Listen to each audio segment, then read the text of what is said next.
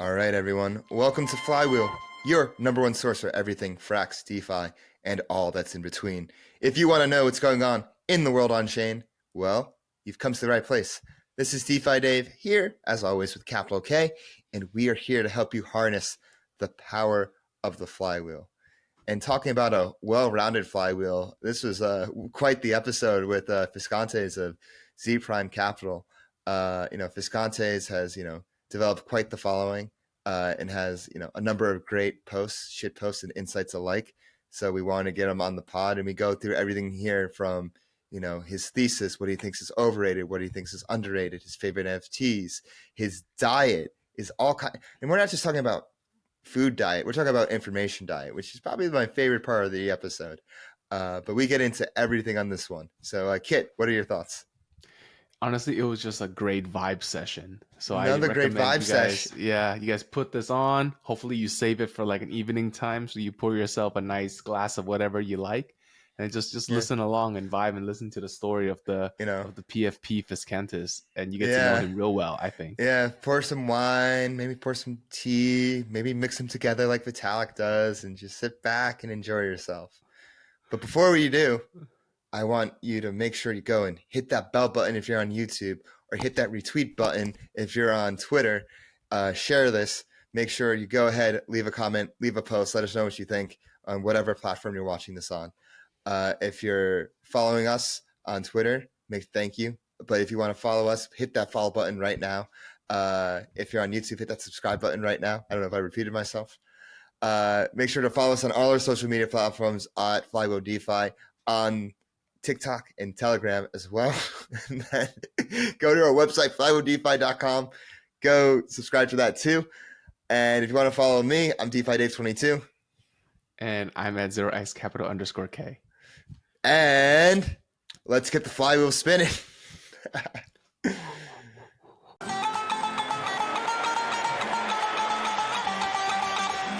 ਦਿਲ ਪਰਦੇਸੀ ਨੂੰ ਤੈਨੂੰ ਨਿਤਦਾਰ ਹੋਣਾ ਪੈ ਜਾਊਗਾ ਨਾਲ ਰੰਜੇਟੇ ਜੋਗੀ ਦੇ ਤੈਨੂੰ ਜੋਗਣ ਹੋਣਾ ਪੈ ਜਾਊਗਾ ਇਸ਼ਕ ਦੇ ਅਲਿਆ ਜ਼ਖਮਾਂ ਦੇ ਖੁਦ ਹੱਸ ਕੇ ਮੂੰਹ ਸੀ ਲਾਂਗੀ ਜੇ ਯਾਰ ਮੇਰਾ ਮੈਨੂੰ ਜ਼ਹਿਰ ਦੇ ਮੈਂ ਘਟ ਘਟ ਕਰਕੇ ਪੀ ਲਾਂਗੀ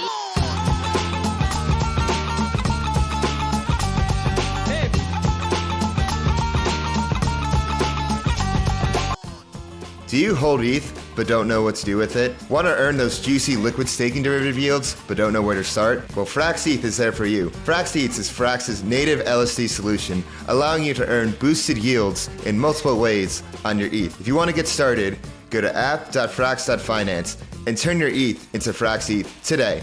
All right, everyone. Welcome back to Flywheel. I'm your host, DeFi Dave, here, as always, with capital K.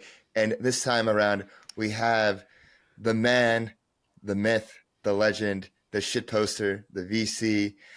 We have Fiskantes on. Fiskantes, you've been in the space for a while. We've been following each other for a while. Huge fan of your content. Huge fans of your insights, your shit posting. It's great to finally get you on, and I'm really looking forward to this conversation, especially hearing other ones you've had in the past. Glad to be here. Also following you for quite a time. So finally that. Yeah. And the first thing I want to ask was, how was your ski trip in Italy? Were those 10-year-olds giving you a hard time? Yeah, they were crushing my soul.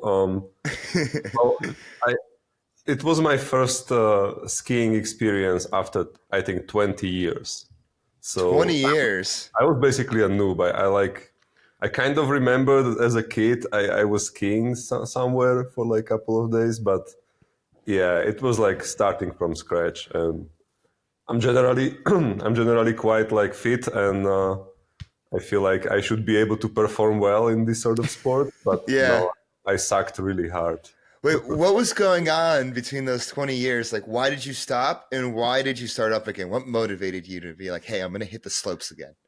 I don't know. I just felt like I don't really enjoy winter as much. I kind of always preferred escaping somewhere where there is warm and nice ocean and stuff. So yeah, I tried all kinds of things, surfing, scuba diving, and I like those. With skiing, I just felt like it's like especially where I come from, the slopes there are kind of meh and full of people.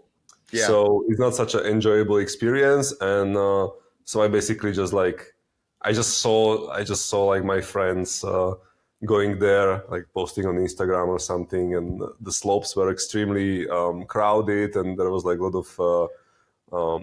of people not knowing what they are doing. And I'm like, yeah, I don't really want to do that. I prefer to be somewhere in the nature alone rather than like standing Being in solitude. yeah. But then like some of my teammates organized this ski trip to Italy in like Dolomites, which is very different. It's like much more serene, much less people, more slopes. Yeah, it was.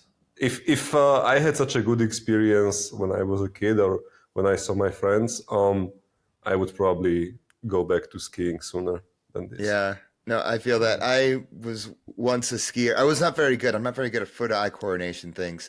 I actually went skiing. I must have been 10 or 11, and I got tricked on going. I was a beginner, but I got tricked on going on like the double black diamond or like green diamond, some like really difficult hill. Oh God. And I didn't know how to stop. And so I would just like go down. 11-year-old me would just go down, then literally fall, then go down another 20 feet, and then fall. And then I was going down, and I saw this ditch. You know what I thought? I was like, I'm going to jump over this ditch. You know what happened? I did not jump over the ditch. My ski got like stuck, and I slammed my head, and I cracked my head open. I got my first concussion. I was basically kind of just a little delirious, like just sitting there on the snow, like what the hell happened to me right here? Some guy like that was patrolling the slopes was like, hey, you're like really bleeding a lot. I'm just like, I guess so. So he takes me down the mountain on the snowmobile. And I end up going to the hospital and just getting like stitched up, and I still have this scar on my head since. Yeah, you have and yeah, I remember that, you know. And I actually went back skiing. I was like, I can't like let this be the last time I ski. I went back, but I'm just like, you know what, skiing's not really for me. It's not really. You know what? I'd rather be on the beach. Honestly, I'd rather be by the ocean, chilling, and you know. But well, yeah, this is what happened to Mr. Quack, to my business partner who was there with us. Mr. Quack. We all wore helmets, right? And he was like, "Nah, helmets are for pussies." And he just it was like a really stupid fall too. It was not even something super serious, but he just like hit the back of his head, and then he was also transported by snowmobile, and he forgot how to speak English for like 1 hour. He didn't understand English. The one day I forgot to wear a helmet, I like was the day I cracked my head open. So go figure. Like, but yeah, always wear a helmet, folks. You know. By the way, I like your current hat. Yayo is my thank you. My favorite Twitter accounts and NFTs. Oh, it's my favorite Twitter account, and also their Instagram is great as well. Oh, really? They have an Instagram too. My favorite was when like the whole like Milady split was happening, and there was this fighting, and then they would just respond to every tweet with like selling the Yayo supplements. It's just like, I don't know. I love the energy of Yayo. I picked up some more Yayo actually like a few nights ago. Well, that just let me repeat that. Yeah, because Yayo is slang, right? Exactly. But no, it's one of my favorite collections. But like, what NFTs do you have, Fiskantes? Oh, I have everything. Like, man, like I have so many. I spent so much money on NFTs over the years. Like, I was buying crypto. I mean, I just bought like one CryptoPunk when it was like $300. I don't know how much it, and since then I kept buying art. I kept buying all the collections. I kind of anything that I find at least like a bit interesting or aesthetically like pleasing or something, I just like buy one or two. You know, I have this sort of saying: just like, buy two, one to keep and one to flip. So, what's your biggest NFT buying regret? I mean, there are so many things that I bought and then they went like to zero. I don't actually regret much, because even if I buy something that goes to zero, for me, I always feel like I'm collecting it rather than I'm investing. So I don't really think about it in P&L terms as much. Yeah, that's true. I think the only regrets I have is this is what happened to me a couple of times on Solana, on Tensor right now, where I try to like buy some Solana NFTs, and sometimes I see something that looks pretty cool and I buy a couple, because they're also like very cheap, right? But then when I come back after a couple of hours, it says that the collection was flagged because it's like copied from some other it's like literally rugged. That's literally like it's like being scammed. So this is what I regret. But other than that, I don't regret much. I mean, I don't spend that much money on NFTs, and funnily enough, NFTs when I would look at my like PNL, like raw PNL without considering size, I think I outperformed on NFTs historically more than anything else. Oh, nice. That's better than most people. Being lucky though, not having any sort of. What are some of your favorite collections that you own? Favorite collections, favorite communities? What are my favorite? Like we mentioned the IO, right? Yeah. I really like Forgotten Runes. I just like this fantasy pixel art style. I mean, man, there are so many things. I actually like. This is funny. I think everybody will laugh, but I actually like loot. It's just such. You like loot? You like loot? Yeah, I like it. It's such a bizarre concept to have these like items in written form. Like I was actually thinking it would be cool to have. I mean, it would be kind of bizarre as well, but to organize like a physical gallery with loot NFTs, where you would just walk. There would be these huge frames on the walls. These like these like words written on it, right? I don't know, I just like this kind of bizarre weird stuff. One other that I really like is terraforms. That's like more like highbrow, kind of intellectually stimulating, let's say 3D art space comprised of NFTs. And I mean I'm sucker for these things too, so yeah, I know. What about you, Kit? What NFTs do you have? Oh man, my NFTs, I like the Ringer and like Fidenza types. You like the Fidenza? So you're a fine collector. We have a man of high culture here. Okay. Yeah. Okay. Yeah, I go for those. I don't really dive deep into the Milady or the Yayo culture much, so I'm on the other end of the spectrum. I just picked up a Remilio last night. It's just like there's this one guy who's posting. I think his name's Trading Axe. I don't know if you guys have seen him around. He's posting some really good content. Like these like long posts that are really entertaining and really insightful. And at the end of every post, he just says Remilio. And Remilio at the end of every post, that's just his like tagline at the end. And I don't know, it just got in my head and I'm just like, you know what, I'm just gonna buy a Remilio. So I bought a Yayo and I bought a Remilio.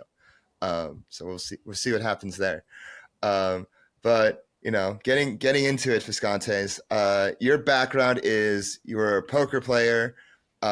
And you were like messing around a bit in crypto and you heard about Ethereum. And then it sounds like you're a bit deeper. And then one day you just ended up a VC at Zee Prime and have been killing it ever since. So can you go a little bit into your story? Like how'd you get into crypto and like what were some of go ahead. It's like story I tell a lot. So I don't want to repeat myself too much, but I went kind of fully into it when I already knew that I don't want to play poker longer because it's just like it got very boring, and I started to invest in a lot of stuff with my money. I bought some real estate, like just one apartment, which did pretty well. I invested in some random businesses in my local area when I was some cheese import export, some other stuff which didn't really pan out well, like totally random stuff. I knew that I want to invest. Chasing the cheese. Yeah. Cheese connoisseur. Yeah.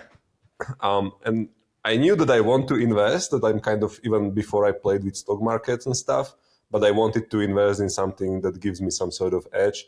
And then I realized like basically tech investment field is way to go. When you don't have that much capital and you want to like hit exponential returns or like asymmetric risk reward. So I started to look into like VR space as well, but it was super hard for some like random ex-poker player with a little bit of money to kind of get into it.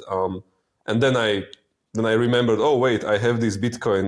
I used to play with on this online poker room. So let me check if I still have it. It was like 2016, and I went to this online poker room where I remember I kind of kept like 30 Bitcoin or something, right? And it was no longer functioning. It was just like that. So I lost 30 Bitcoin there. But I had some other money somewhere. So I was like, yeah, let me play with it. First thing I did was I realized that if I want to buy, there are a couple of exchanges, and one of those was BTCE. The other was Bitfinex. And at that time, there was like a sort of like arbitrage opportunity between BTC and Bitfinex. The price was a couple of percent lower on BTCE. And I was like, yeah, that looks pretty cool. Like, I will deposit money to BTCE, I will buy Bitcoin, send it to Bitfinex, sell it. I'm like, it sounds almost too good to be true, but well, if there are money on the ground, why not pick it up? So I started to do that. It took like a bit more than 1 week to finish the whole round, like bank deposit or something to BTCE. Buying, then there was this like period, like grace period, something like 48 hours or something on BTCE during which you couldn't withdraw. So you could like deposit money, you could buy Bitcoin, but you had to wait 48 hours to withdraw. So I wait 48 hours, I send Bitcoin to Bitfinex, sell it there, repeat. Did a couple of times, was making some money, and then one day I logged into BTCE, and instead of normal login screen, there was this FBI Eagle. Oh no! This domain was seized by FBI, and then it turned out that there was this guy, like I think Bulgarian, Alexander Vinik, who was running this exchange, and he was also somehow connected to MTGOG's hack. And I mean, I stopped following the case, but apparently, if I'm not wrong, they were kind of using BTCE to launder money or Bitcoin hacked from MTGOX, and that's why there was this like price discount because they were constantly. They're selling dirty Bitcoins. Yeah, I don't even. Yeah, I'm not sure. I'm not even sure if I should be telling this, but yeah, I was kind of like probably helping them in a way. I didn't know, right? Yeah, no one did. No one did. Yeah, and then I was just like, okay, I still have some of these like coins, but Bitcoin, I don't know. It always felt kind of stupid to me. At It the felt beginning. stupid. Yeah, it was like, is this thing that you can somehow mine with your computer? Why? Like, what does it mean? And then it serves like a payment, but it's kind of like it's clunky. You cannot use it very well. I feel like this is how most people outside of crypto and Bitcoin think about Bitcoin. They're like, what I was very normie in this. I used Bitcoin because I wanted to play this on these poker rooms, right? But I didn't really like it. It was like this stupid payment system it's kind of worse than PayPal. And sometimes when the price moves, I'm losing money, right? Like, I don't want to lose money. I just want to play poker and win money. I don't want to play out some exchange rate, right? But then I learned about Ethereum, and then when it kind of clicked, I started to get much deeper into the tech side. I also met some like kind of these ideological crypto anarchist hackers in like local hacker place where I wanted to go to some like crypto meetup, and they were able to kind of red pill me into the ideology of crypto, not just like the tech or the trading aspect. So then I started to research. It was like already early 2017. I started to research some ICOs. I'm like, wow, like I can actually invest with little money I have. I can run like a proper like tech fund almost, right? I can just like invest my money, and then it's like investing in liquid startups. Like obviously 17 from 20 will fail, but like 2 or 3 maybe will make like 100x or something, right? Yeah. This is what I wanted to do. I wanted to look for these asymmetric opportunities. And yeah, I was doing that myself for some time, and then we kind of got together with a couple of guys and started our funds. Not one fund, but actually one liquid fund and a VC fund. Oh, is that what Zee Prime is today? Or is that before? Zee Prime and Sigil. Sigil is the liquid hedge fund, and it's kind of under one legal entity, and it's kind of, it's experienced investors fund, so it has multiple cells, and yeah, it's kind of boring topic, but yeah, it's more diverse than just Zee Prime, the VC, but yeah. It's So when you're investing in protocols, what do you usually look for, and what would you consider red flags? So I think the most interesting part of this question is the beginning, when you say investing in protocols. Yeah. Because like, And this is something I was thinking about a couple of times. I was writing on Twitter, like most projects claim they are building protocols, but what they are actually building are on-chain businesses. Yeah, you mentioned that in your last interview. You're talking about on-chain elaborate? businesses. Yeah. It feels like I don't know, like this word protocol, like what it actually means in like computing world is just basically some set of rules that govern some exchange or transmission of data between some devices or nodes or whatever, right? So blockchains are in a way protocols, but like a lot of other stuff that's being built on blockchains are not protocols even.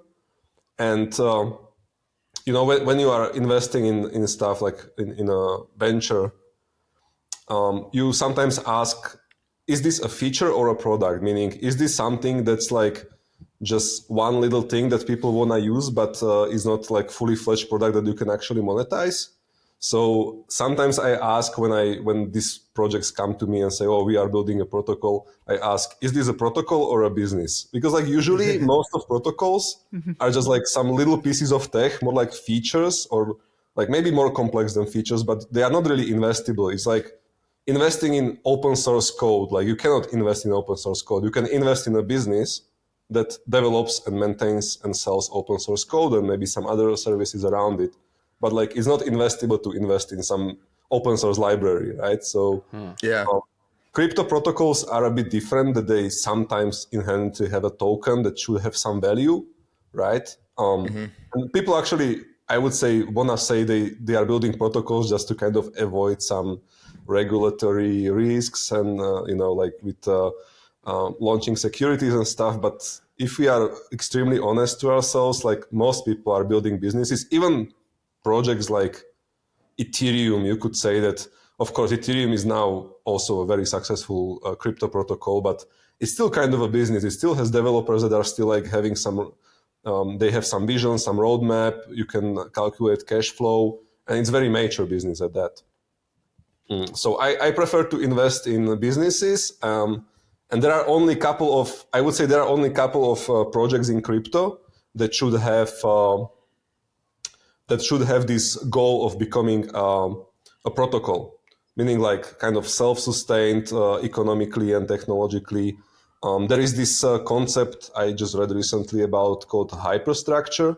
Yes. Which is the protocol that kind of runs forever without maintenance. And in crypto, like that also should mean that there is this like sustainable crypto economic model that does what it's supposed to do, usually incentivize some group of actors. There's some flywheel going on. Yeah, exactly. Flywheel is a good word, coincidentally. Okay, Fisky, could you give us some examples then of a protocol and not protocol? Or do you want me to throw some names at you and then you go protocol, not protocol? I mean, protocol business. Yeah, let's throw names. Like, I would start with Bitcoin. Right. I think Bitcoin is already a protocol. Okay. Aave is not a protocol. Aave is more like a business. Okay. Optimism. Optimism, I would say it's more business. Could it be a protocol? Yeah, it could, but then they would need to dissolve the DAO and like don't do any BizDev and stuff. Sorry, what's next? Starkware? Starkware is a company, right? It's a business. Yeah. Maybe Starknet could be a protocol, but yeah, it's a business. Oh, interesting. What about Uniswap? Uniswap, the code is the protocol. Uniswap Labs is business. The business. Yep. I agree with that. Okay, how about GMX, the perp exchange? I would need to check like how much time they spend on developing new features and acquiring users and stuff, but I would say they are closer to, I think they are business, because they still like, if you need to care about like marketing to retail users or like some sort of end users, then you are closer to a business than a protocol. Dogecoin. Frax. Oh, Dogecoin is oh my God. Dogecoin is a good example. Dogecoin is a protocol for sure, but it's also a meme. It's I mean, they're all memes at the end of the day. Yeah, of course, that's true. Yeah. And Frax, I would say, is much closer to business. They have such a vast roadmap, and I think they are comprising from multiple protocols that kind of they aim to be like synergetic together, whatever. Yeah. So yeah, I would say it's closer to business, much closer. Olympus DAO. Olympus DAO is is a business, and it will become a protocol probably if they do it correctly with the next improvement proposal. Yeah. Got it.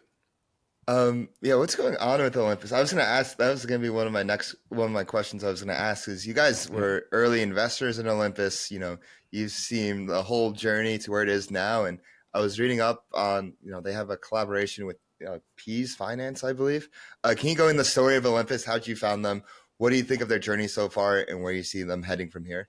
How do I found them? One day I tweeted that I think that we are too over reliant on stable coins pegged to dollar, and I kind of had this rant that it increases the regulatory and other risks for crypto and DeFi, and we should try to find some more independent but still kind of stable economic unit of value, and something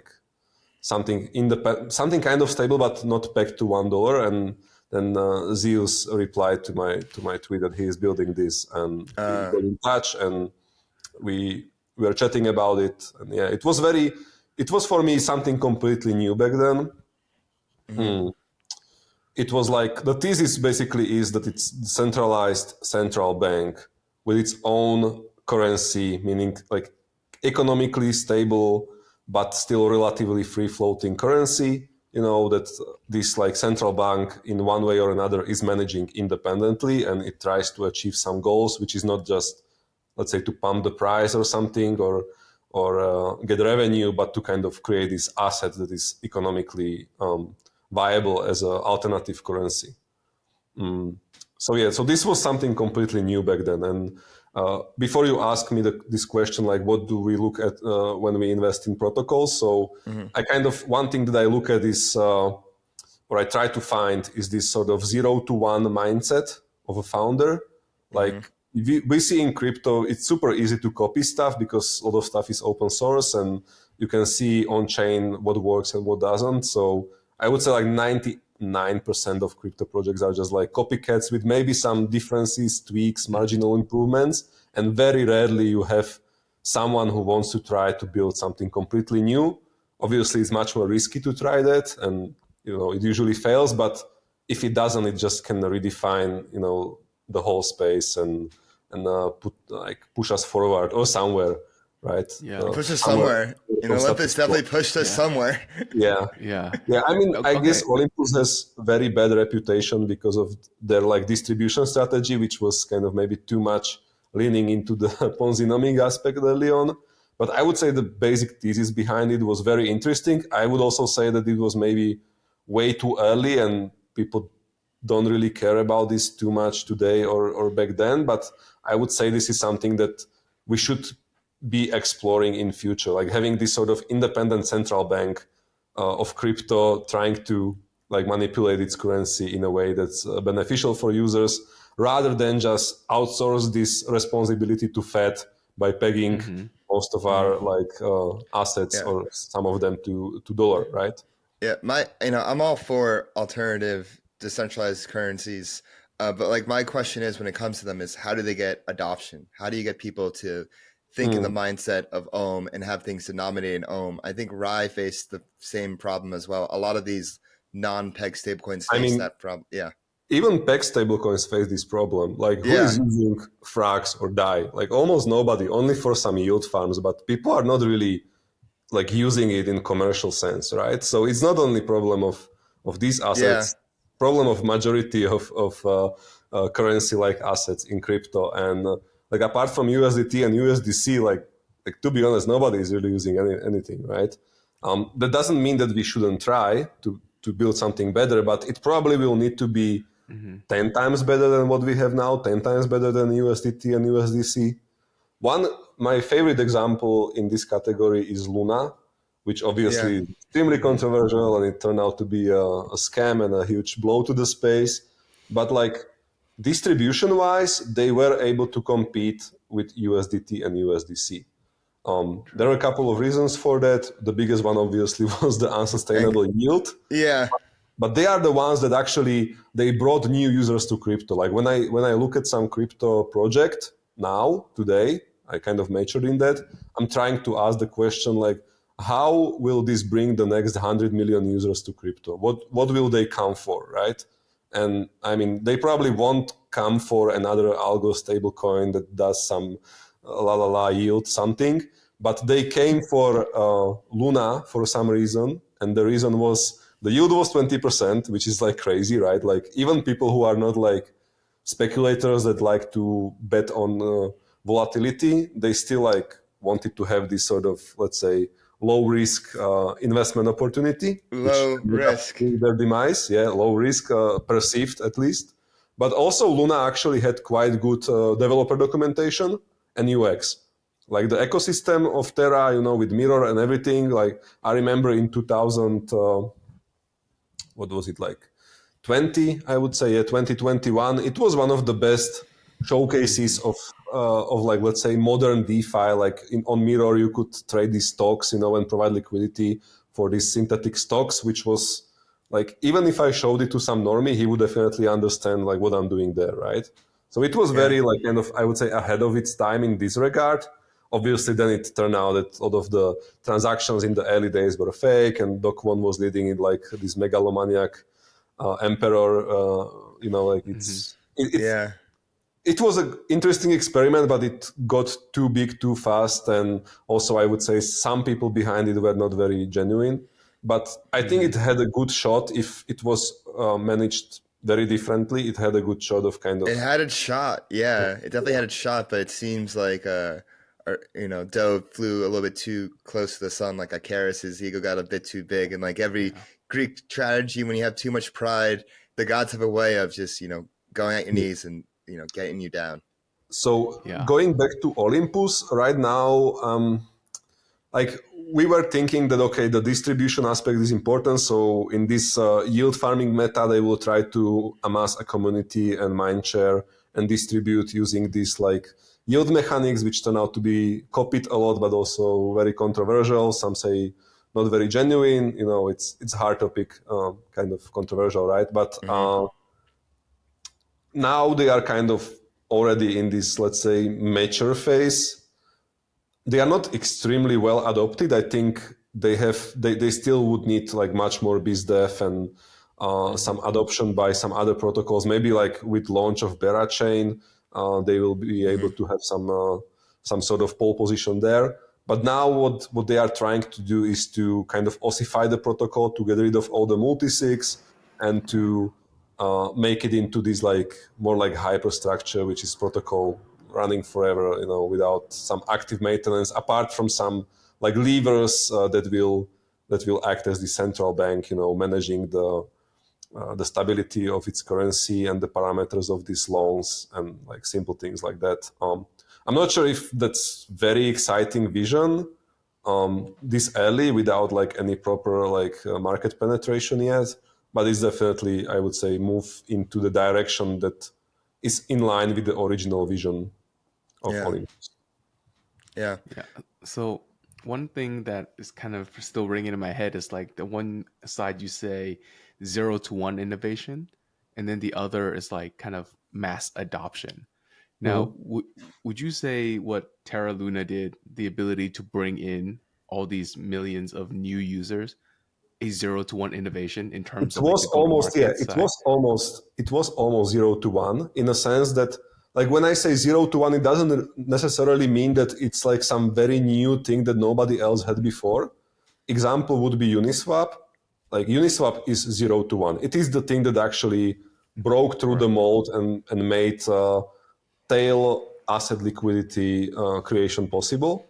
And before that, there was Bancor, you know, there were some other concepts, but Uniswap was actually the 0 to 1. Not because it was first, but it was the one that made all the correct decisions to get where it is now and kind of dominate the market share. So in this sense, of course, there are a lot of projects that were earlier, and you know, sometimes I kind of laugh when I see this scope from some communities on Twitter, like saying, "Oh, we were the first doing this, and now this other more successful project is copying us," you know, and many such cases. Well, I don't think you need to be the first. You need to be like the last, right? You need to be the biggest, the winner. So if you copy someone else, with some like basic mechanics, but then you kind of reinvent some important aspects of it, or like crash the distribution in very like new and efficient way, then you are the zero to one, right? Right. It's much easier to have like 0 to 1 idea than have 0 to 1 execution. Yeah, people can have ideas all day, but only a few can actually play it and put it into action. Indeed. Yeah. Asking the second part of my earlier question, what do you usually view as red flags? What do I usually view as red flags? Oh, there are many red flags. Let's hear it. Let's hear the red flags. Let's hear it. Let me think. Definitely like tourists, like tourist founders. What do I mean by that? Founders that kind of opportunistically jump on narratives, and when AI is cool, they start building AI. When data availability is cool, then what they build is suddenly data availability. And you have many of those, these founders that kind of want to just jump on the bandwagon and kind of try to raise big money on that, and then just like slack off for years, I guess. I don't know. But this is a huge red flag, and we've seen it like a lot of times. This bandwagoning and switching narratives, or like chasing narratives instead of having a solid vision and unique insight into what you want to build and why. So that's a huge red flag. And I'm talking now about like seed stage or early stage, where it's much more about the founder than about the project. You kind of need to, because the projects are usually extremely early. They have a lot of flaws. They are not really, they are kind of half-baked, right? Because it's just like a idea stage or maybe some prototype stage. So you kind of need to assess the founder more than the project. Like, okay, the project is something, but does the founder have the vision? Does the founder have the grit? Does he have a good team, that kind of, that proved itself in the past in some way, all these things. So red flags are the opposite of that. What would be other red flags? Optimizing for valuation very early, like that kind of connects to this narrative bandwagoning. Like, like this AI project raised at 100 million valuation, so we have 50, right? Like, no, but they are different, they maybe know different people or whatever, they did well, but you are still seed stage project. You cannot, optimizing for valuation is very short-sighted. If you raise too much money too quickly for too big of a valuation, then, it creates problems later on down the line. Yeah. Also, this sort of, one interesting red flag is that many founders recently became very timid or like very scared to launch a token. And we are crypto native investors. We want to invest in tokens more than equity. And we see many founders like kind of being very scared or conservative with launching a token. And that's another end of the spectrum of red flags. Like, you kind of, if you want to build groundbreaking stuff in crypto and like kind of do something different and build something big, you cannot be timid. You cannot be scared. You need to be able to take some risks, even legal risks, I would say. Like, crypto is a hell when it comes to regulations, right? So if you want to build in this space, you cannot just like do everything by the book and expect to build something that's actually interesting. You kind of need to, and this is also like very controversial advice, and I'm not a lawyer, and you should not listen to me probably, but you need to be able to be comfortable with some rules being broken or bent or sort of ignored, I would say. Not legal advice. Not legal advice, Yeah. Fisky is getting frisky here. But if you do step into this space, it is noticeably a gray area in the sense that it's not accepted by the traditional world. You're at, the bleeding edge and the cutting edge of innovation in all these different areas. Like, you're gonna there's gonna be some lines that are gonna be blurred. Yes. And like, that's a given. If you wanna play ball in the space, you just have to accept that. And I definitely agree with you. Like, if you're launching a protocol, I'll say online or on-chain business, there should be a token. Mm-hmm. Yeah. You mentioned like a few narratives getting like thrown around now. Like, you have AI. I mean, I've been seeing DPIN come up. I've been seeing DeSci. There's all this stuff. So what do you think are like the most overrated narratives at the moment? I would say the infrastructure for blockchains is not like overrated per se. We need it, of course. It's something that's needed. And at Zee Prime, we were voicing this need since 2020 at least. Like we were famous for our middleware thesis as well, which was not as exciting as investing in Olympus and all these like bangy stuff, but it was needed. But now it feels like everybody tries to play it safe and invest in infra because it's like kind of safe bet to invest in picks and shovels. So you have, and you also saw some things succeed wildly, like Celestia. So everybody is now building DAs, around it. Now the risk-taking will be the next thing, which I would say is more like a incremental improvement, kind of financial engineering to gain some more efficiency rather than a big like breakthrough in anything. So I would say these things are kind of overrated right now, especially when it comes to valuations in private rounds and even with tokens. Like all the bridges have like 1-2 billion FDVs and it's like commodity product, right? So I would say this is overrated. I would say, like if you ask me like a couple months ago, I would tell you that AI/crypto is overrated, but I think it kind of it disappeared, this narrative, for a bit. I think it will come back much stronger and will be much more overrated than it used to be. But right now it's kind of more quiet. And I do believe there is something interesting there. It just like, it's just so hard to kind of cut through all the noise and all the tourists that just want to slap AI on top of their thing because it's cool buzzword now. Yeah. What else?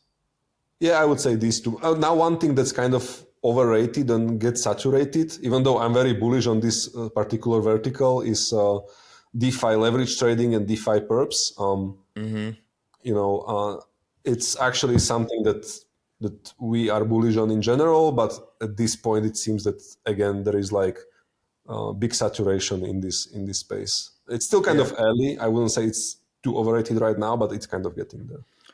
With infrastructure, even though that you say that's overrated, do you think there's still like a lot of work that needs to be done, but people are just bandwagoning it because it's just fashionable to bandwagon it now? Or do you think it's like actually just overrated overall? No, I think there is still a lot of work that needs to be done, but it's like more like engineering and biz dev work and not shilling code. Like we don't need any more raising. We probably don't need more stuff. We just need stuff that works better than what we have now. Like for example, L2s, like most of them don't still have centralized sequencer and are overlaid like basically just like multi-sigs. So we don't need more L2s that are like that. We need only these L2s or maybe less L2s, but they need to have they need to be further in their development. Yeah, it's funny that you mentioned middleware because a few years ago I worked at Gelato. I was one of their early employees, and so seeing their evolution from being like middleware, smart contract automation, and now they're really going for the whole vertical stack with the roll-up as a service, and leading in that direction. And then you see all these different ones. Yeah, go. Yeah, we have this like internal joke in Zee Prime chat, which is called buzzword bingo. And we have all these like fields there. And, sometimes we are on a call with founders, so we are just like, just like take a shot every time they hit a buzzword. Yeah, something like that. And like roll up as a service is definitely there as one of the fields. Oh, so. Now it's a big one. Yeah, it's the picks and shovels. But I will say, like, Gelato does have a token, so they did, they did fulfill that part of being in crypto. What do you think are some underrated narratives? What do you think is being overlooked right now? I would still say it's decentralized science. And it's partially because there was just no big success yet. It's still just like very much in development. And the problem is you cannot just have like success in this area by pumping the token too much. I mean, you probably kind of can on Twitter, but it won't be very sustainable. You actually need some breakthrough in research in some of the fields that are invested by these decentralized science DAOs, in order to actually like showcase that, okay, this is working. For example, like there is this middleware called Molecule that enables tokenizing intellectual property for research. So if you are a scientist, you have some research results, you have this IP, you wanna tokenize it to raise money. So you put it into Molecule, you make it into NFT or something, or some token, you tokenize it, and then like people can speculate. If it's successful, then it will be worth much more in the future. but we haven't seen any IP that would be successful as of yet. So there is no reason for these things to pump, right? And there are not many of them yet. So I think it's underrated because I would say it's intellectually very interesting, and it can actually like solve some problems that early stage research funding has. But I would also say that it won't get overrated overnight. It will take some time. It takes some time it for will there to take be some success. actual scientific breakthrough or research breakthrough connected to this IP, which is the hard part, right? It's not like just pumping the token and having sitting. The connection between science and research in crypto has been there since the beginning. I mean, you have Hal Finney, freezing himself as cryogenics. What's it called? I think that's when you freeze yourself. You have that. Yep. Vitalik is super into longevity. I remember I was at Zuzulu last year for like a week and a half. And it was basically just all of Vitalik's special interests. I called it Vitalik Bilderberg. That was a joke. And so it's just like longevity, AI, ZK, this and that. And so there's all these different cliques of people, and there was the longevity people. It was really funny about them. It's like there was different cliques within the longevity people. You had some people that were biohackers, or some people that were more natural and like, Well, what's that? Yeah, I was wondering what is that? Yeah, what is that? It's the glucose monitor, continuous glucose monitor. It's like it measures your blood sugar, and it's part of my very extensive health protocol. I actually hired like a biohacking coach or something like that, who is like, like setting my supplements, reviewing my blood work, and I'm also in this like longevity camp now. I would say many crypto bros are into that just because, I mean, it's kind you only make so much money, and then you realize I don't have time. You make kind of enough money to be comfortable very quickly while you are still young. Most people only make money in their like this kind of money in their 50s and 60s of like continuously grinding. And you made it so fast, and they're like, okay, now what? I can buy some random luxury stuff which I don't really care about, but I can actually try to, improve my quality of life and longevity in meaningful ways. So I would say it's obvious that many people are drawn to that from this field, but like kind of attaching this to a token and then like investing in it is much harder than just being interested. Like when I hear about a token, I just think of like biotech and bio stocks, and like people like trying to find like certain stocks before like the FDA announcement comes out about a test or something, and then the stock just pumps. Like I could possibly see something similar happen in crypto, like you said, if like a breakthrough happens, and then like there's a token that pumps from it. I think it's just hard to imagine, just because we're early, it's not there yet, but it's definitely something to watch. But like things that are too easy to imagine are good narratives and are usually overrated fast, right? Yeah, it's the things that you can't imagine. Yeah, yeah. I want to ask you about your information diet, because there's all sorts of noise and signals, and it's trying to parse through everything. Like, what is your information diet? Like, what mediums do you use? Like group chats? Do you use news feeds? Like, how do you view Twitter? Like, in all this? So I would say that my information diet is very similar to my normal diet. It's like balanced. I'm not in any extreme like carnivore, vegan, or whatever camp. I'm like I believe in having balanced macros from all sources, and then it's like, okay, so you need balance. You need to be on Twitter. I would say it's still very relevant. You need to have a couple of good group chats, with some relevant people, and then some other sources of media. Maybe some articles, some research papers, some podcasts.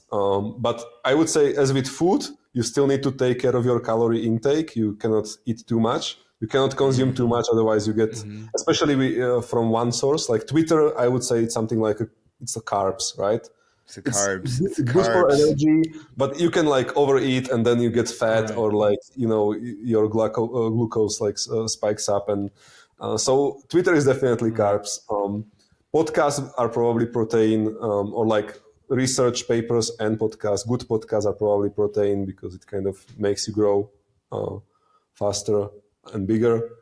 And then group chats, I think they are fat. They are kind of also good for energy. Right, there's good They are fats and important, bad fats. but also having too much of it. The omega-3s. You have some like omega-3s, and then you have some that are just like straight like chicken fat or some shit like that. So for me, I have all these sources, but I'm very picky. So it's quality over quantity, and then also some supplements, which means that I also try to look at things outside of crypto, like what are the new things in AI, as we were talking about biotech, or like I don't know some other fields that are connected to crypto. What happens with like even like semiconductors right now, all these things, maybe a little bit of geopolitics, not macroecon. I am not a macroecon. I would say that too many people focus on that, so I don't have to.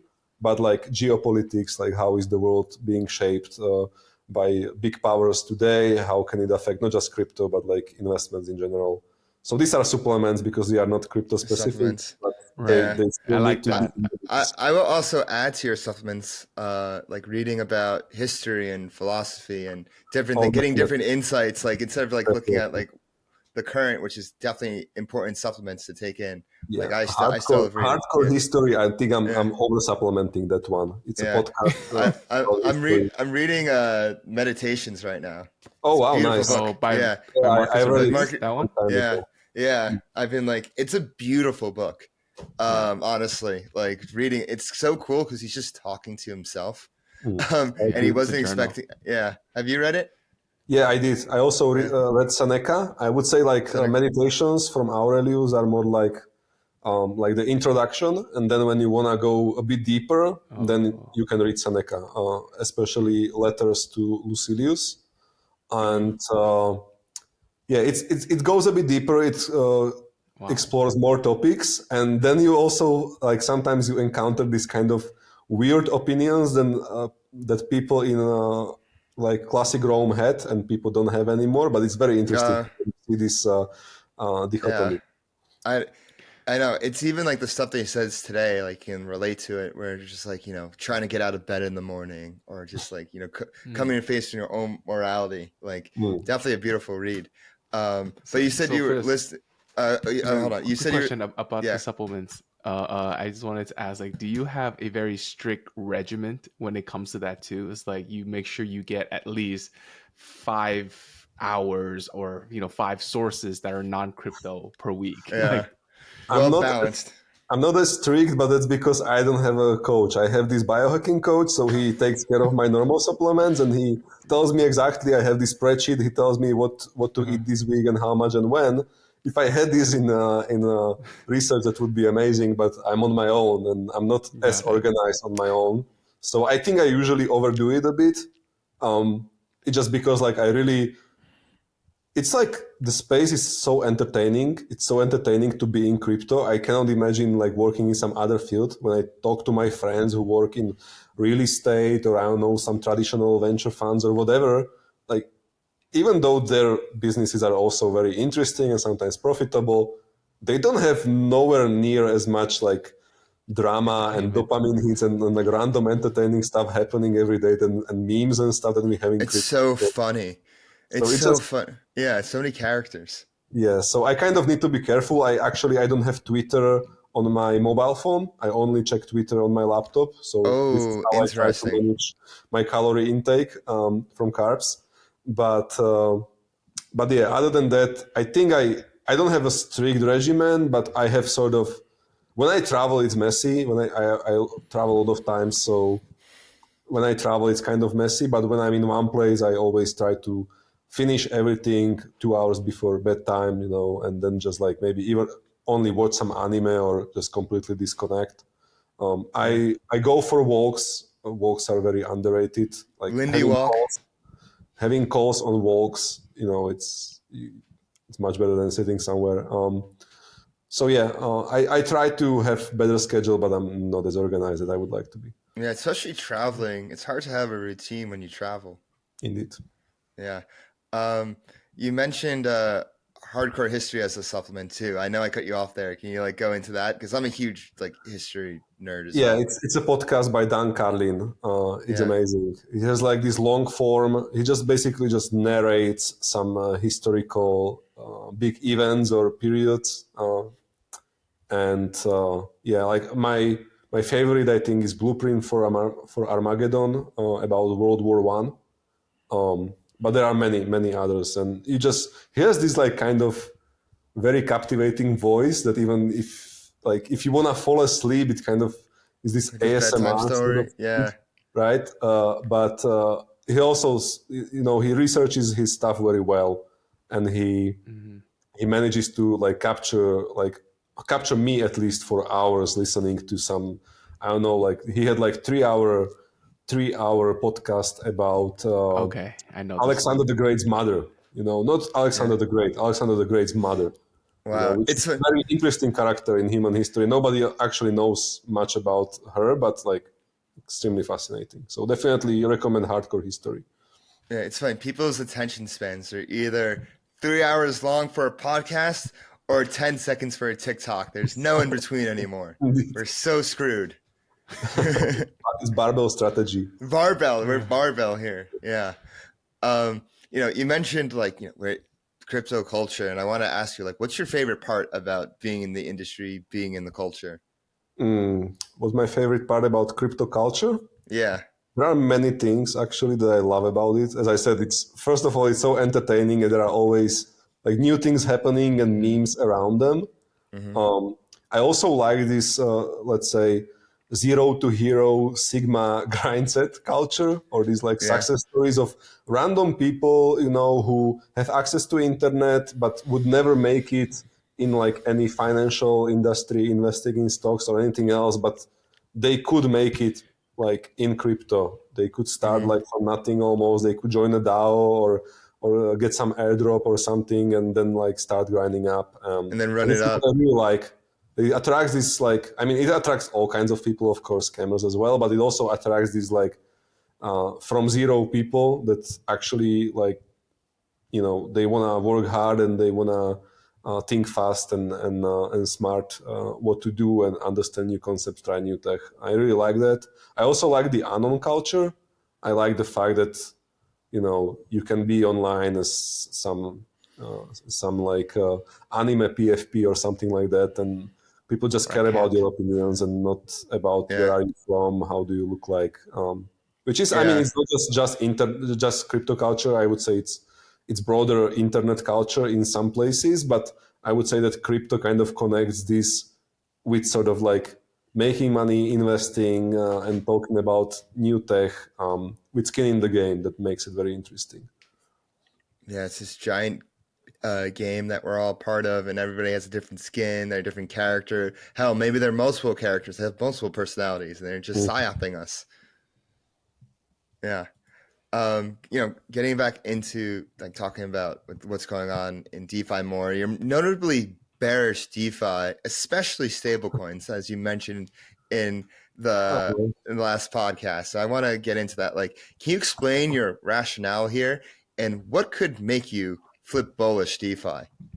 I'm not sure if I said I'm bearish DeFi. Maybe I did, but I think I need to provide some nuance to that. Yeah. I'm not shorting any DeFi coins or anything like that. I just feel that with DeFi in general, we kind of hit this innovation ceiling. Like anything that was 0 to 1 was, and maybe I will be wrong, and I'm open-minded to be wrong. Founders reach out to me, prove me wrong, show me the new thing that you are building.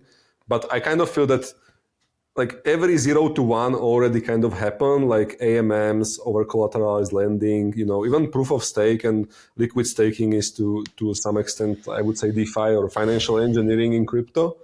So we kind of reached that, like Ethereum switched to proof of stake, that was huge 0 to 1. But then like restaking, then having a little bit more efficient fee structure or some AMM curves or something is not 0 to 1. It's just like marginal improvement, and all these projects are just trying to have different trade-offs and small improvements. That's one thing.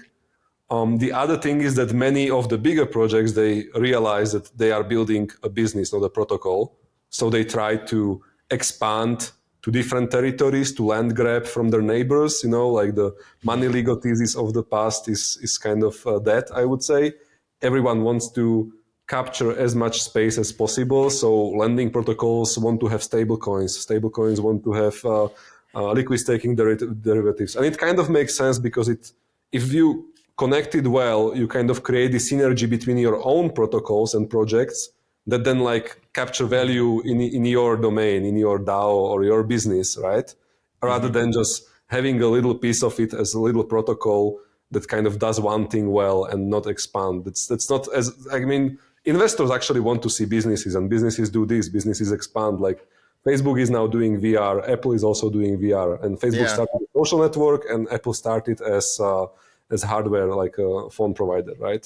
And computer provider, so the manufacturer. So like you can see that even in big tech, this always happens. Like companies expand so much that they start to reach borders of the neighbors and then like cross between the borders and try to capture land.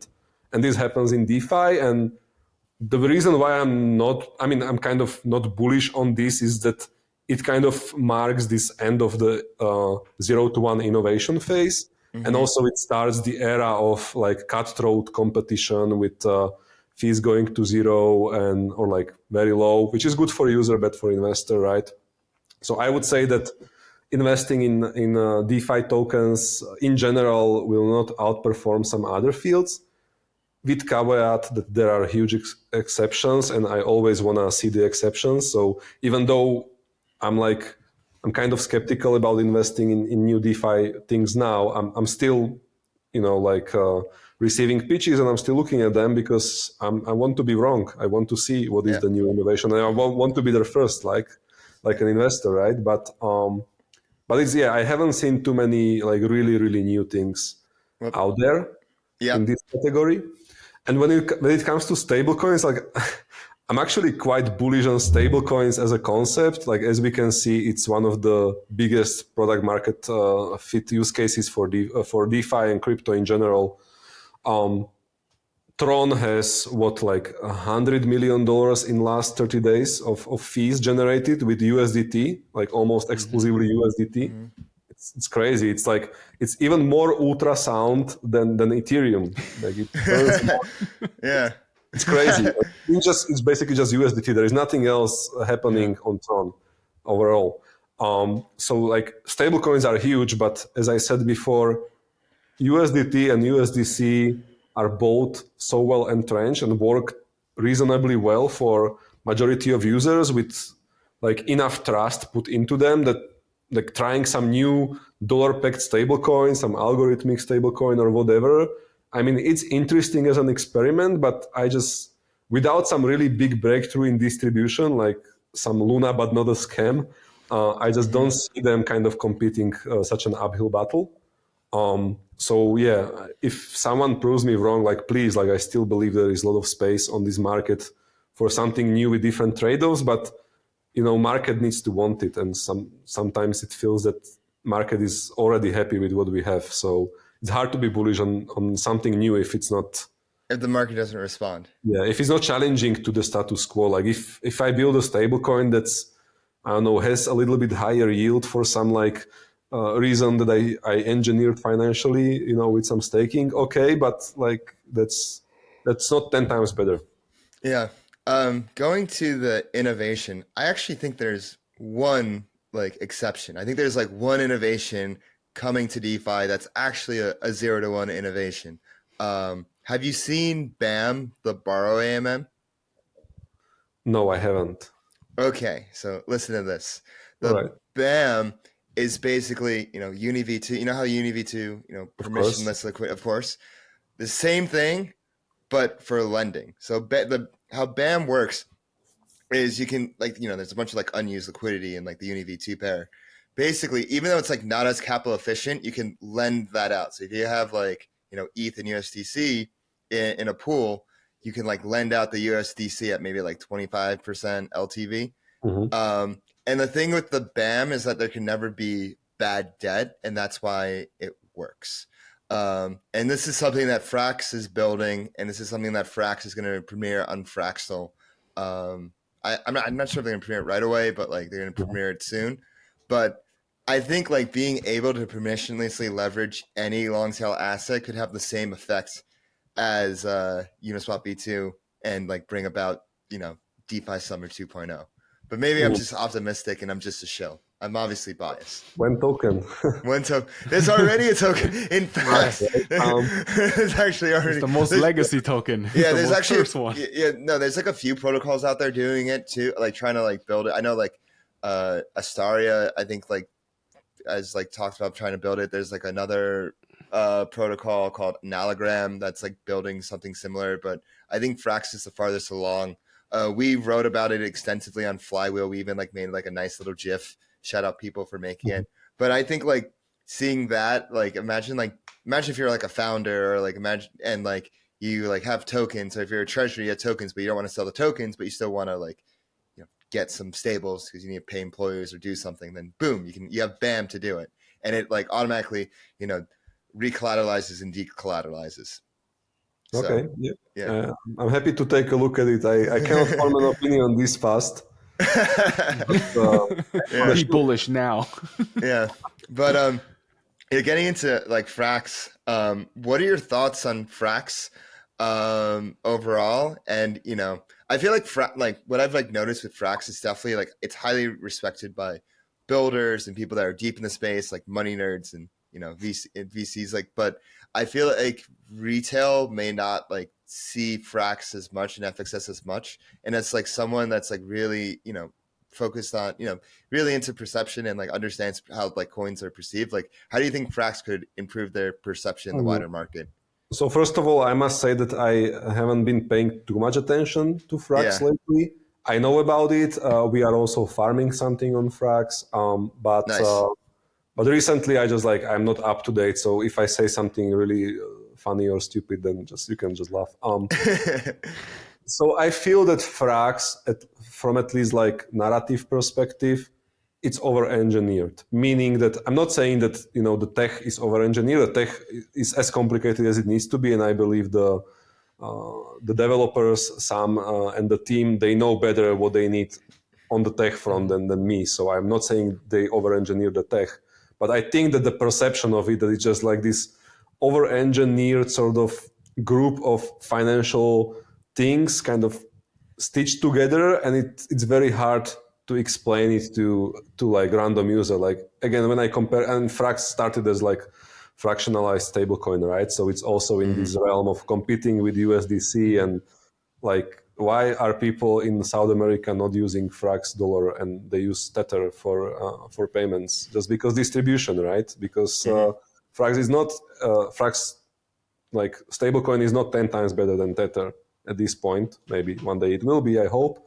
But also the distribution matters, and like if you take a look at Luna, of course they were also their system was not viable.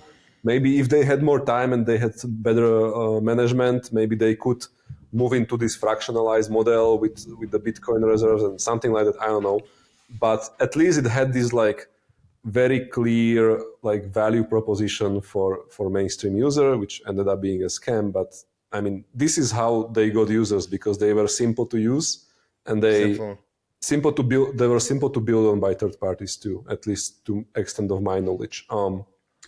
And Frax, I don't think at this current state Frax is any of those things. It's very interesting for financial nerds, as you said, and it may work very well under the hood, but it's not easily marketable as a product. The story needs to be told. It needs to be improved, basically, like the perception. The story and also the user, the value for the end user. If the end user is just like some financial engineer who wants to like play with some interesting DeFi applications and find some new niche ways how to leverage something or collateralize something or yield farm, okay, but this is not what 99% of people care about.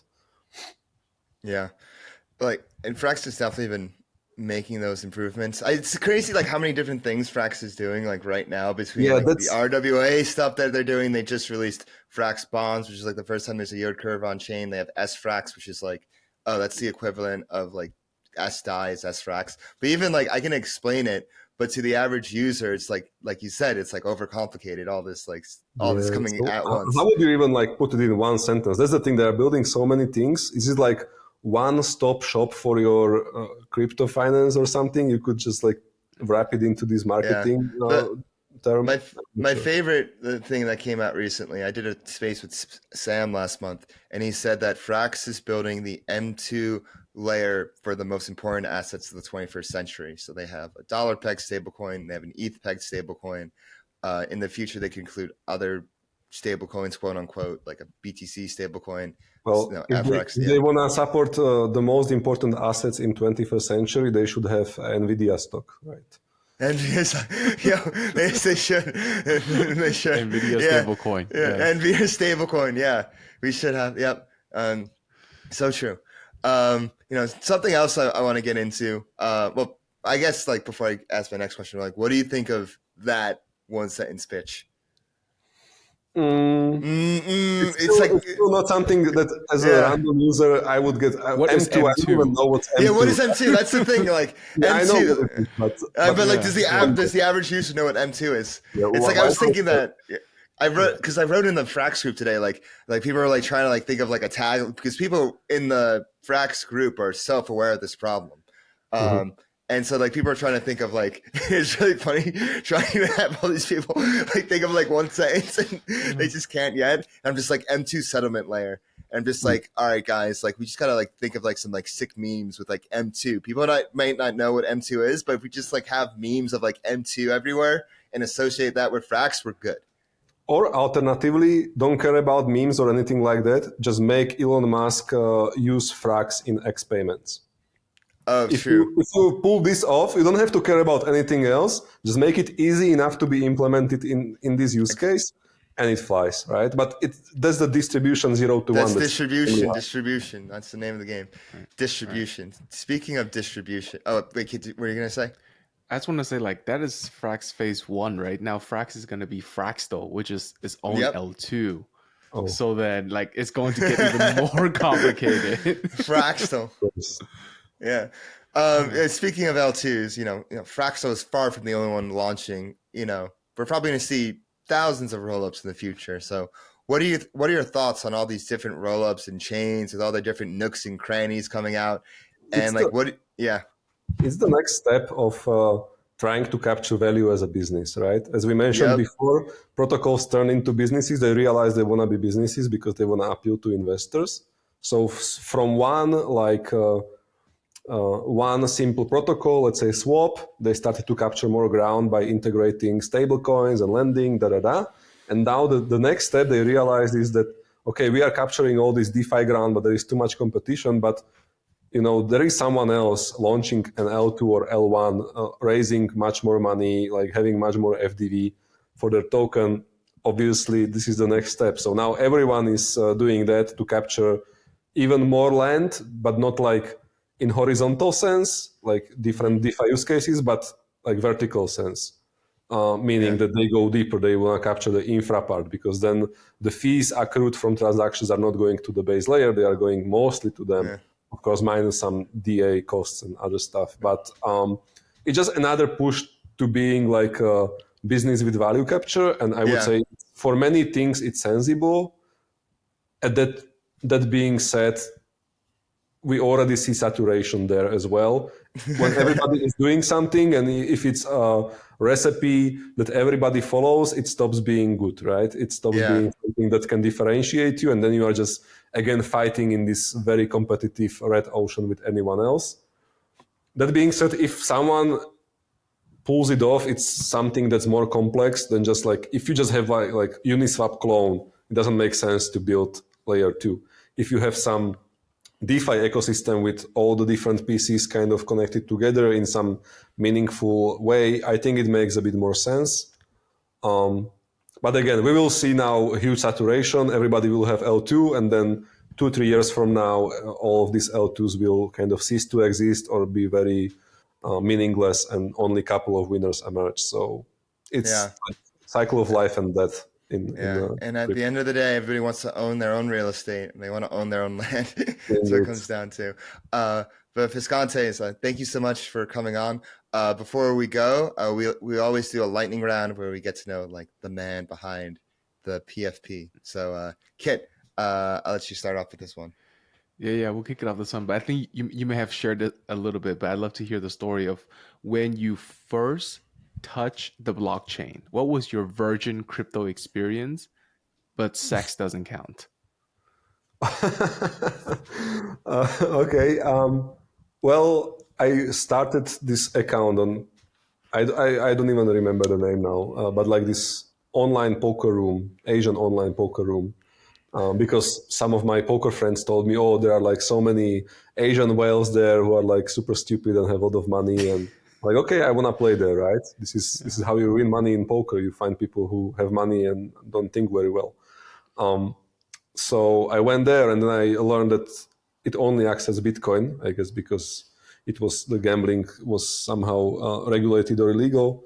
So I had to learn how to buy Bitcoin, and that was a huge pain in the ass. I had to go to, what was that? I'm not sure if it was MTGOX back then for the first time. So I bought some, was like, I had to install this like weird wallet, and then I had to. Was it the full client? Was it like the full Bitcoin client you had to I install? don't even remember, but it was so fucking like complicated. I spent like one day doing it.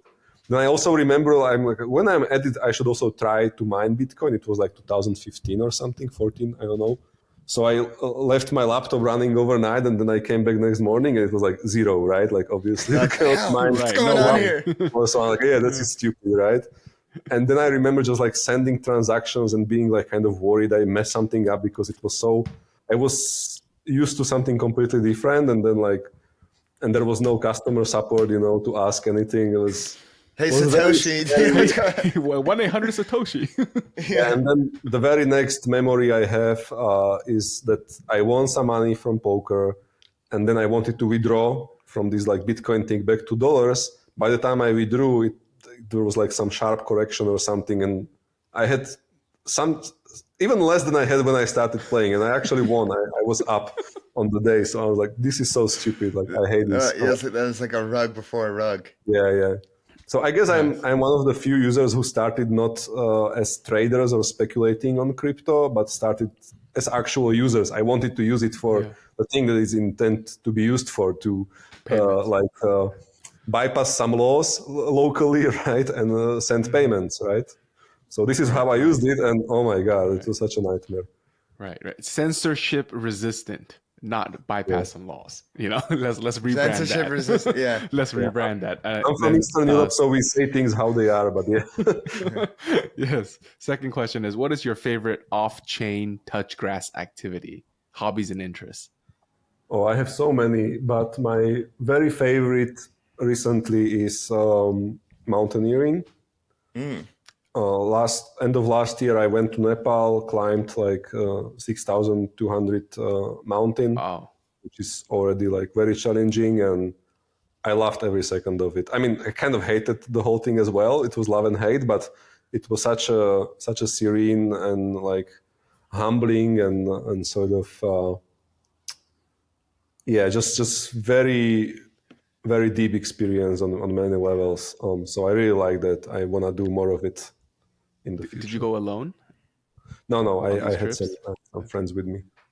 Gotcha. What would be some advice to your younger self? To my younger self, I'm kind of scared to give myself any advice because even I had like in my 20s, my life was very volatile, and I've been through a lot of ups and also huge downs. And I could definitely give myself some advice to avoid some of those downs. But at the same time, I feel that I'm kind of worried that if I give myself any sort of meaningful advice, I would change something, cause some butterfly effect, and would not end up where I am now. And where I am now, I'm extremely satisfied. I'm living the life. Like I never, like 10 years ago, I never even dreamt about living the life I have now. So I'm extremely happy with where I am and where I'm going. And I'm afraid that I would change something if I gave myself advices. So no advice. No advice. This is our first no advice. I love this answer. Is no advice. How you do it, like eat all the shit, like, learn all the lessons, and just like do what you want to do. Yeah. Eat all the shit and learn all the lessons. That is the advice of itself. All right. I thought you said eat all the shit. I mean, Figuratively. Yeah, that too.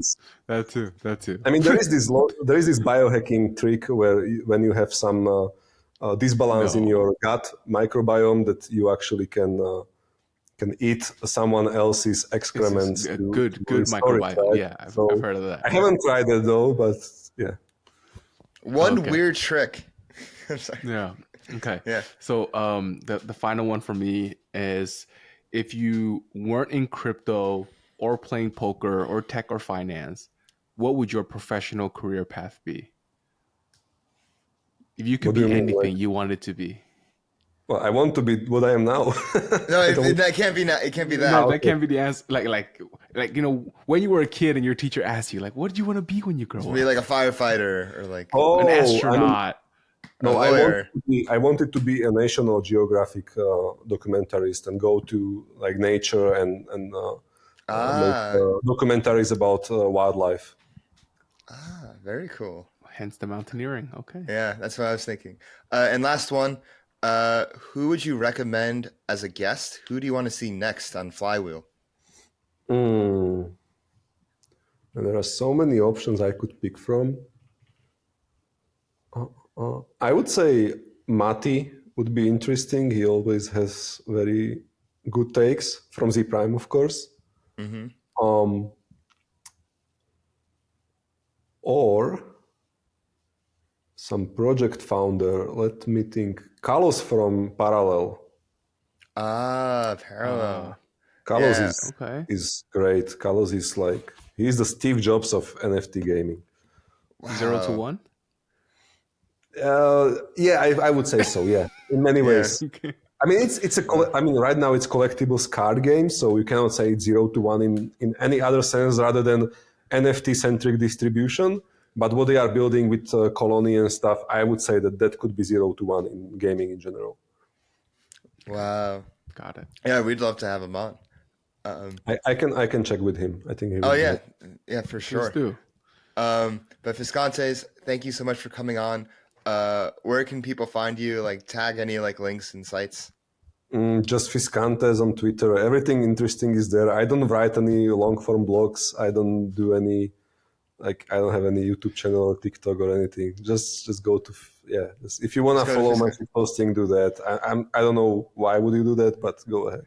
And some nuggets of wisdom as well here and there. But Fiskantes, thank you so much for coming on. We hope to see you soon. Thank you for having me. Have a good one. Thanks. Thank you, man. All right, everyone. You know what it is. It's the post game. I'm your host, DeFi Dave, here with Capital K, and we are wrapping up an interview with Fiskantes of Zee Prime Capital. And we went into this is a pretty well-rounded interview. You know how he said he has a well-rounded diet? He has a well-rounded information diet, food diet, exercise. Like, this whole interview was just well-rounded overall. We get into everything. We got into everything here. So, Kit, what are your thoughts on this one? My key takeaway is make sure you have a balanced information diet, Twitter or carbs, so limit that. And good podcasts and great articles and blogs and research are your proteins. And obviously group chats are your fats. Some are good, some are bad. Yeah, that's going to make such a great clip when it comes out. The food group, like different, this is the group chats, this and that. Like, I think that is going to really hit. And I can't wait to see that comes out. Yeah, no, I've me and Fiskantes have been mutuals on Twitter for a while. I've always enjoyed his takes, his shit posting. I always found him very insightful and unique. So it was good to, and I've heard his interviews in the past. It was good to hear it in the flash or hear it actually live. Very insightful. I thought he had a lot of interesting viewpoints about what's overrated. I mean, what to look for in founders, what not to look for in founders. And it sounds like early on, it's not really about the project, but it's about the founder itself, judging is this guy serious? Is he a novel, original, first principles thinker, this founder, or is he just following the crowd? And that's the main thing he was getting at that with VC investing. Yeah. I think he as a poker player, he has a ton of heuristics that he has to rely on to make quick decisions. So I think he applies that to obviously crypto, but also because of how deep he is in the crypto culture and crypto space, that it also has a inherent fundamental lens to his analysis too. Because from the sound of it, he's very disciplined, right? Are you 0 to 1 or not? Are you a business or a protocol, right? How are you going to get mass adoption? Like, these are very practical questions to ask. So I thought that was very almost like a really unique dichotomy between making a super fast decision, but all the while being still very substantive and fundamental. Yeah. Yeah, for sure. Is there any point in this interview where you were surprised? Point in the interview I was surprised. Let me think on that. How about you? Anything surprised you? Let me think. I don't know. At one point, I don't know if anything surprised me, but I did have fun at the beginning talking about just like ski stories and like just random stuff like that. Just like I really enjoyed how well-rounded, I really enjoyed all the non-crypto stuff we talked about on the interview. You know, whether it was like, history. He's doing longevity, talking about history, pulling up the Stoic, and he was talking about Seneca. Now I have Seneca. I'll have like the letters book on my reading list. So like being well-rounded like that, because people in crypto are, they're more than just like their profile picture and NFT collection.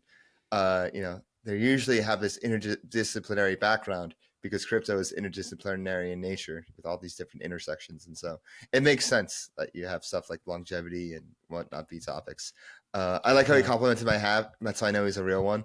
That he complimented the Yale hat. I'm a true man of culture. But yeah, it was a fun interview overall, and I hope to have him on again or like see him in person soon. But if you want to catch up with anything Flywheel, make sure you go ahead, hit that bell button right now. You subscribe. Make sure if you're watching this on Twitter, make sure you follow us on Twitter. Go ahead and do that because we're posting these on Twitter. If you're on YouTube, leave us a comment. Let us know what you think. Give us a like. If you're on Twitter, give us a retweet. Give us a like. Share this, engage with this, reply to this. Every little bit helps. If you want to follow us on our socials at Flywheel DeFi, you got to do it on Twitter, TikTok, Telegram. We'll be there. If you want to follow yours truly on Twitter, it's DeFi Dave 22. And I'm at 0x_K. And we'll see you next week. Peace. Deuces. Everything said on this episode is not financial or tax advice. This channel is strictly for educational purposes and is not an investment advice or solicitation to buy or sell any assets or to make any financial decisions. This video is not tax advice whatsoever. Please talk to your accountant and do your own research.